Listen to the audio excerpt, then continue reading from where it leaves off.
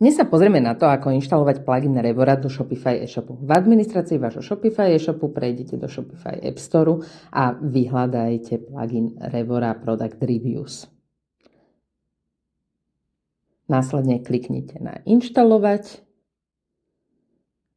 a inštalujte plugin Revora do svojho e-shopu. Následne si vyberiete, či máte záujem o mesačné alebo ročné predplatné so 7-dňovým skúšobným obdobím a inštalujete.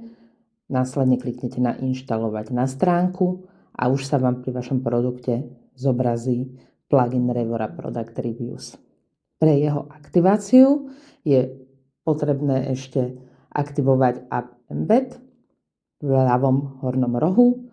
Prepínačom kliknite na zapnuté a následne už uvidíte pri vašom produkte zobrazený doplnok Revora s možnosťou napísať recenziu.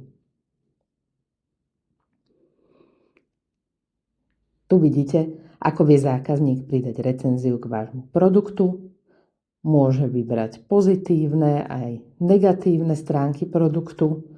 K recenzii je možné rovnako pridávať fotografie alebo videá. A na konci zákazník vyplňa svoje meno a e-mailovú adresu a súhlas so zverejnením tejto recenzie so všetkými legislatívnymi podmienkami.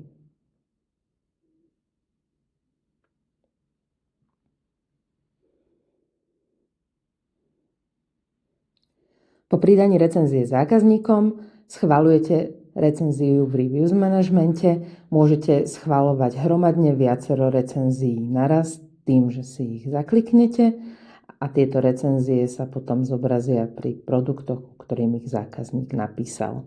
Tu vidíte zobrazenú recenziu. V Product Reviews viete recenziu aj rozkliknúť, viete ju opäť odmietnúť alebo skryť a zo vášho e-shopu sa skrie alebo opäť schváliť, takže môžete s recenziou pracovať podľa toho, ako vám to vyhovuje.